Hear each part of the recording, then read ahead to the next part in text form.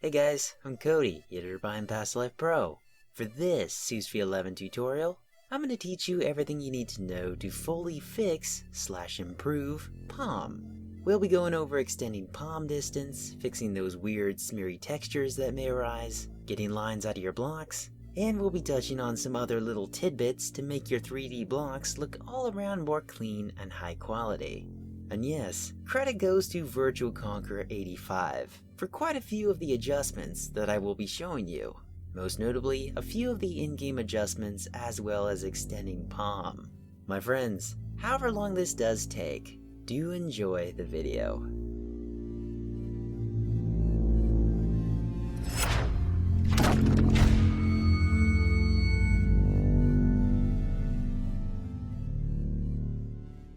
First, we're going to start things off a little differently. Make sure you have the SEUS V11 unzipped and ready to go in your shaders packs folder. Why does it need to be unzipped? Well, the less steps I need to voice, the faster this tutorial will go.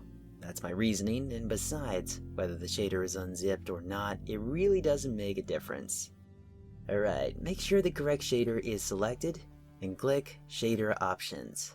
We're going to start with getting rid of any lines that may show up in your POM. To do this, follow me through Surface Options and to the tab that reads Texture Resolution. Depending on your chosen POM compatible resource pack, your number might be hugely different than mine. Think of it like this. The Ovos Rustic resource pack that I'm using is 64 by 64, so I changed 128 to 64. Perhaps you want to use Chroma Hills. Since the resource pack is 128 by 128, you'll be going with the number 128. You get the idea. Alright, let's move out of here and cross into video settings as well as details. Turn off alternate blocks to get rid of any possible squishy or smeary textures. As for times where you still may see some textures that just don't look right, even after the next tip, I'd say it then has everything to do with the resource pack itself. I know most pumpkins in the Ovos Rustic resource pack that I'm using, at certain angles, will always have smeary/messed up textures. There doesn't seem to be much that can be done about that, unfortunately. Okay, next one. Cross into Quality Settings. Make sure your bitmap levels are set to 1. So, we've covered all the in-game adjustments that I wanted to show you. Now, our journey continues in the code. So let's go.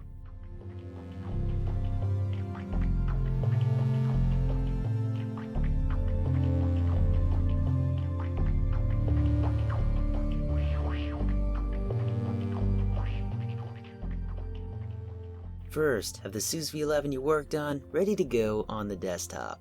Also, it does pay to bring along the created text file that holds all your shader options changes. Of course, we're only going to be focusing on the shader itself, so the idea behind bringing the text file is all about keeping things organized. Okay, access the folder, access the shaders folder, and locate gbuffers_terrain.fsh. Use Notepad++, open it up. Lines 230, 349, and 456. For extending POM distance as compared to how it was in the V10.2, it isn't just one adjustment that's needed anymore. Now we deal with 3. The first adjusts the bump mapping distance, second adjusts the 3D effects distance, and the third adjusts the parallax shadows distance. Each of these come together to fully extend the distance of POM. On each of these lines of code, the distance is currently set to 20 blocks. As for my choice, 150 is what I'll be going with for each, though do keep this in mind. The larger the number, the more performance intensive the game will become. I only went with such a high number because the cutoff line from POM to no POM is rather sharp in the V11. I'd rather sacrifice a few frames than see it in the first place. Line 250. As of this line of code right here, you have the ability to increase or decrease the effects of POM. Want the 3D more noticeable? Then perhaps you want to increase the number. For myself, I'll be going with 2.0f over the usual 1.0f. For you, it really all depends on your chosen resource pack. Line 269. Here is where you adjust how many samples you want to add to the POM. Lower numbers down to 0.2f, I wouldn't recommend you go any further. We'll significantly reduce the amount of jagged lines that you will see. meaning things will look far more smooth. For myself, I'll be going with 0.2F.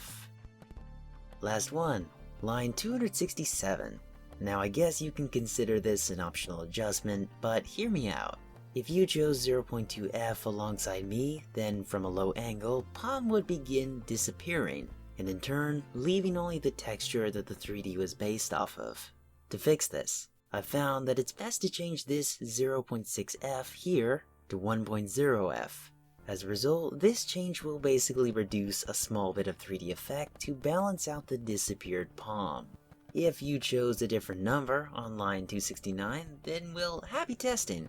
All the best for getting what best works for you. Okay, it looks like we've reached the end.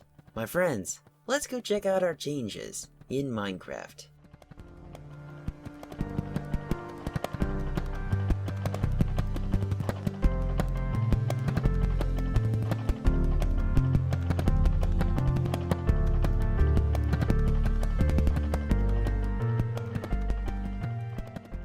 If this SEUS V11 tutorial was of any use to you, then do hit the like button. And before you go, don't forget to check out my channel for some more Minecraft tutorials, some pro quality cinematics, and a bunch of other videos that you shouldn't miss. Anyways, I'm Cody, and this is Past Life Pro, where creativity is always a part of my life, as it will be for yours.